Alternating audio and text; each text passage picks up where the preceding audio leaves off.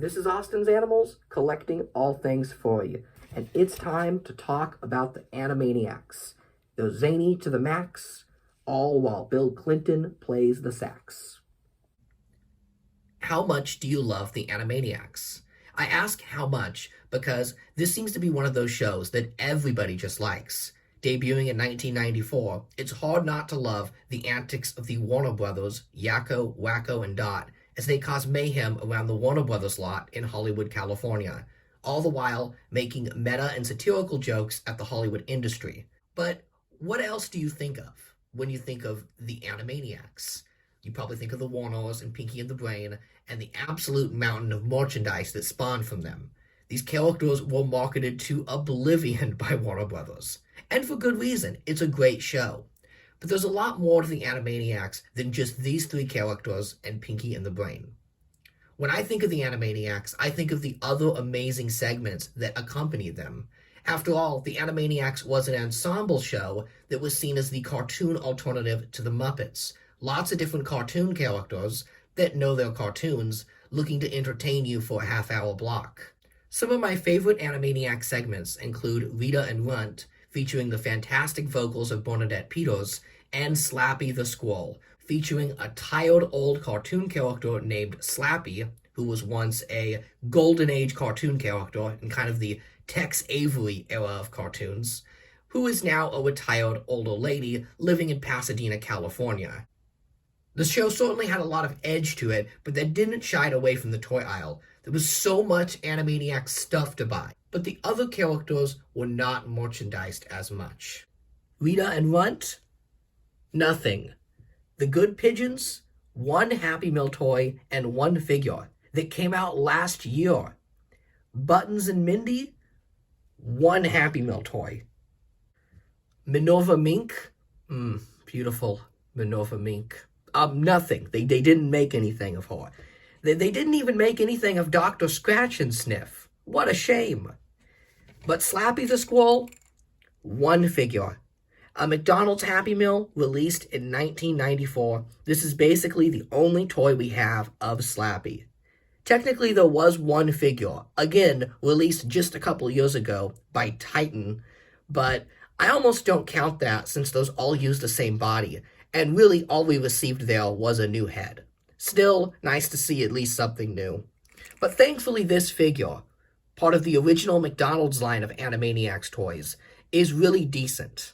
That McDonald's line, by the way, gave us a lot of our good only toys of the other characters. The only Buttons and Mindy toy and the only Good Feathers toy was also included in that line.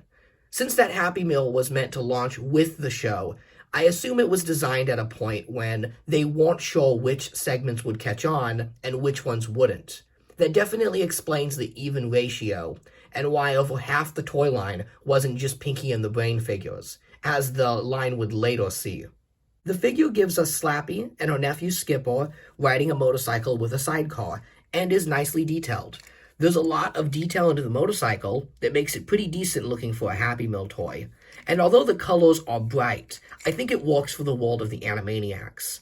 I get that the Slappy the Squirrel segments are supposed to be in the real world, with these characters just living as toons, a la Roger Rabbit, but again, it was a Happy Meal and they wanted the line to pop, and I get that.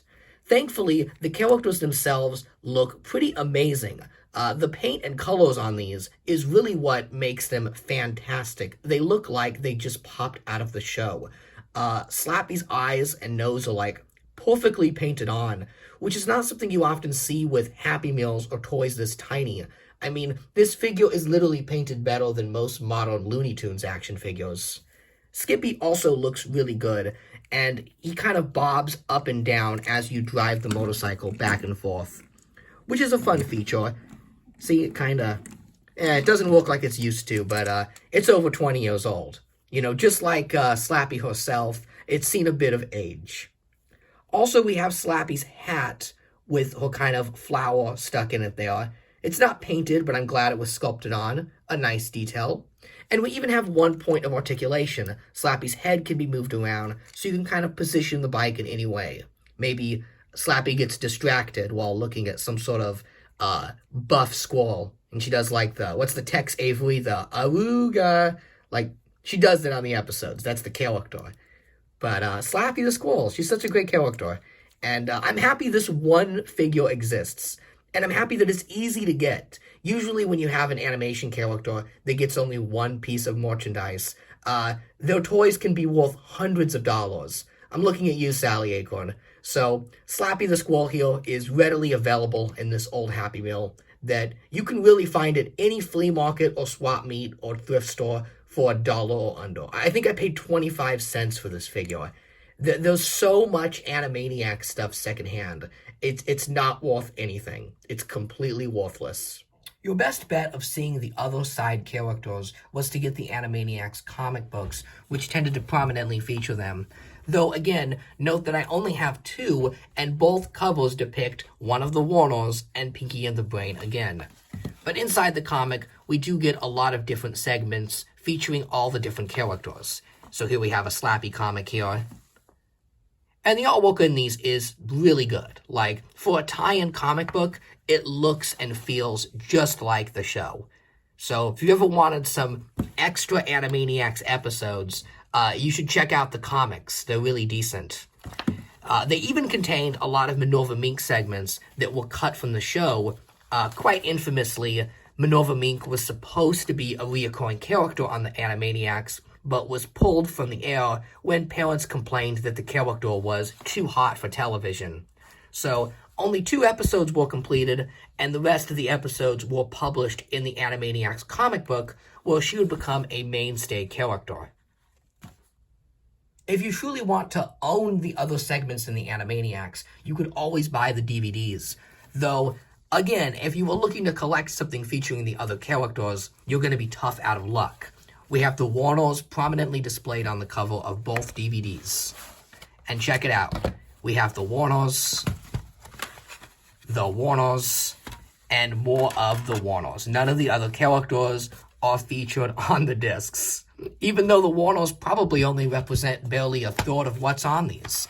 There's just so many great other segments in the Animaniacs. Let's take a look at the first volume here. Okay, now we have some of the other characters. Here's Rita, here's Skippy, we've got Hello Nurse, and then we've got the 2 hippos. You know, they weren't that great, but the show was willing to take risks and try other things. Some of the segments didn't work, and some of them did brilliant, and that's kind of what you get when you have a sketch comedy show. Not all the sketches work.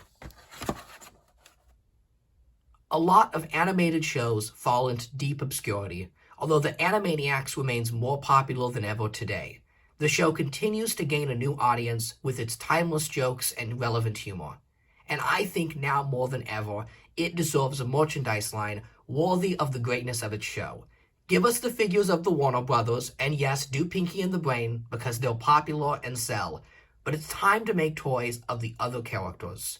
Rita and Runt, Slappy, Skippy, Minerva Mink, Dr. Scratch and Sniff, the Bodyguard, Hello Nurse. Make them all. Let's get a definitive Animaniacs toy line. It would look amazing on a shelf together. And those are the facts. I guess until that day comes, I'll just have to treasure the one Slappy the Squirrel figure I do have. Until then, I'll be daydreaming about a beautiful Minerva Mink figure. Beautiful, curvaceous, voluptuous Minerva Mink. Okay, this is getting weird. I should probably go now.